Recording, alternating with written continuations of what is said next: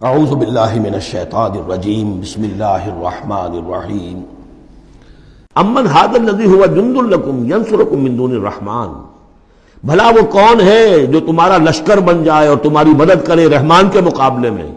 ان الکافرون الا فی غرور، نہیں ہے یہ کافر مگر دھوکے میں آ گئے، بہکاوے میں آ گئے۔ امن ھذا الذی یرزقکم من امسک رزقا، پھر بھلا کون ہے وہ جو تمہیں رزق دے سکے اگر اللہ اپنے رزق کے خزانوں کو روک لے؟ بل لجوا فی عتو و نفور، نہیں، یہ لوگ اپنی شرارت میں اور نفرت میں بہت آگے بڑھ گئے۔ افمن یمشی مکبا، یہ آیت بہت اہم ہے حکمت قرآن کے اعتبار سے، فلسفے کے اعتبار سے۔ افمن یمشی مکبا علی وجہہ اہدی امن یمشی سویا علی صراط مستقیم، دو انسانوں کا تصور کرو، ایک شخص وہ ہے کہ جو اوندھے منہ پیٹ کے بل گھسٹ رہا ہے، ایک وہ جو سیدھا کھڑا ہے، سیدھے راستے پر چل رہا ہے۔ کون ہوگا زیادہ ہدایت پر؟ اس میں نقشہ کھینچ دیا گیا ہے۔ جو لوگ حیوانی سطح پر زندگی بسر کر رہے ہیں صرف انسٹنکٹس کی وجہ سے زندہ ہے، پیٹ، معاشی جدوجہد اسی کے لیے زندہ ہے، گھسٹ رہے ہیں اسی میں۔ وہ اس اوندھے پڑے ہوئے انسان کے مانند نہیں جنہیں آگے کا کچھ پتہ نہیں، آگے کہاں جانا ہے، وہ تو ان کے انسٹنکٹس انہیں چلا رہے ہیں، بالکل اینیمل لیول کے اوپر زندگی گزار رہے ہیں، اوندھے منہ۔ انہیں کیا نظر آئے گا راستہ کون سا ہے، کدھر جانا ہے؟ ایک شخص کھڑا ہے سیدھا، اپنی منزل اس نے معین کر لی ہے۔ یہ بالکل وہی فلسفہ ہے جو سورہ حج میں آ چکا ہے۔ انسان حقیقت میں وہی انسان ہے جس نے اپنا کوئی آدرش، کوئی نصب العین، کوئی مقصد، کوئی آئیڈیل زندگی میں مقرر کیا۔ جو شخص بغیر کسی نصب العین کی زندگی گزار رہا ہے، ہی از این اینیمل۔ اولئک کالانعام بل ھم اضل، حیوانات جو ہیں یہ چوپائے، ان کی زندگی کا کوئی مقصد نہیں ہے۔ وہ تو اللہ نے ہمارے کام کے لیے پیدا کر دی، آپ لوگ کاٹن گوشت کھائیں اور ان کی چمڑوں سے جوتیاں بنائیں اور جی رہے وہ خالص انسٹنکٹس کے اوپر، ان کی جبلتیں ہیں، صرف جبلت کے تحت ہیں۔ انسان صرف حیوان نہیں ہے، اس میں کچھ اور ہے، اور اس کے لیے کوئی آئیڈیل۔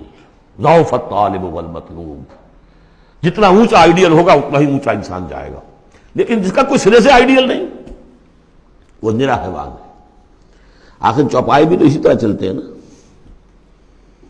افمن یمشی مکبا علی وجہہ اہدی امن یمشی سویا علی صراط مستقیم، سیدھا راستہ اور اس کی منزل معین ہے، مجھے ادھر جانا ہے۔ دنیا میں ہماری منزل اقامت دین، حقیقت میں زندگی کی منزل آخرت، رضائے الہی کا حصول۔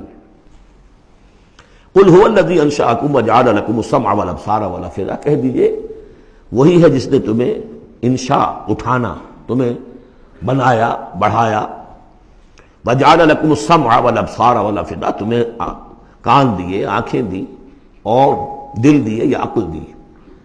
عام طور پر قرآن میں سمع پہلے کیوں آتا ہے اور بصار بعد میں کیوں آتا ہے؟ انسانی علم کا جب آپ جائزہ لیں گے تو اس میں پہلا حصہ ہوتا ہے جو پہلی نسلوں نے علم حاصل کیا ہوا ہے، اس کو آپ اخذ کرتے ہیں اپنی سماعت سے۔ آپ سنتے ہیں، کلاس میں لیکچر ہو رہا ہے، پروفیسر لیکچر دے رہا ہے، جو کچھ ہوا ہے پہلے وہ آپ نے پچھلی نسلوں کا جو بھی ذخیرہ معلومات ہے وہ جمع کیا، اب آپ نے آبزرو کیا، کچھ اور معلومات حاصل کی، کچھ نئی حقیقتیں آپ پر منکشف ہوئیں، اور پھر آپ نے اس کو جوڑا، ایک قدم آگے گئے۔ ان السمع والبصر والفؤاد کل اولئک کان عنہ مسئولا قلیلا ما تشکرون، بہت کم ہی شکر ہے جو تم کرتے ہو۔ قل ھو الذی ذرأکم فی الارض والیہ تحشرون، کہہ دیجئے اسی نے تمہیں پھیلا دیا ہے زمین میں اور اسی کی طرف تم اکٹھے کر دیے جاؤ گے، جمع کر دیے جاؤ گے۔ وَيَقُولُونَ مَتَىٰ هَٰذَا الْوَعْدُ إِن كُنتُمْ صَادِقِينَ، وہ کہتے کب ہوگا یہ وعدہ، کب پورا ہوگا، اگر تم سچے ہو تو بتاؤ۔ قُلْ إِنَّمَا الْعِلْمُ عِندَ اللَّهِ، کہہ دیجئے کہ اس کا علم اللہ کے پاس ہے۔ آخرت کب آئے گی؟ وَاللَّهُ عِندَهُ عِلْمُ السَّاعَةِ، اللہ ہی کے پاس اس کا علم ہے۔ وَإِنَّمَا أَنَا نَذِيرٌ مُّبِينٌ، اور میں تو بس صرف ایک واضح اور صاف صاف ڈرا دینے والا ہوں، اس کے سوا میری ذمہ داری کوئی نہیں۔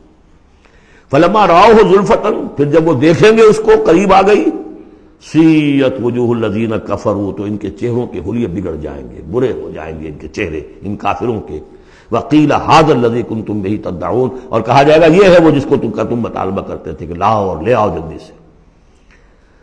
قل ارأیتم ان اہلکنی اللہ ومن معی او رحمنا فمن یجیر الکافرین من عذاب الیم، اے نبی ان سے کہیے دیکھو اگر مجھے میرا اللہ ہلاک کر دے یا اور جو میرے ساتھ ہیں ان سب کو بھی ہلاک کر دے، یا اللہ تعالی ہم پر رحم فرمائے۔ سوال یہ ہے کہ تمہیں کون بچائے گا، کافروں کو کون بچائے گا عذاب علیم سے؟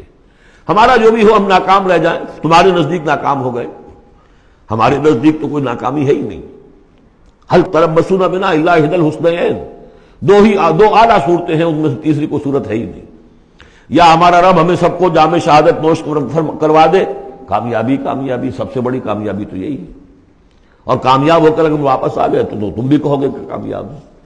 لیکن تم سوچو کہ کافروں کو کون بچائے گا دردناک عذاب سے؟ قل هو الرحمن آمنا به، کہہ دیجئے وہ رحمان ہے، اس پر ہم تو ایمان لا چکے ہیں، وعلیہ توکلنا، اور اسی پر ہمارا توکل۔ نوٹ کر لیجیے یہ صورتیں جو ہے بالکل ابتدائی زمانے کی صورتیں ہیں۔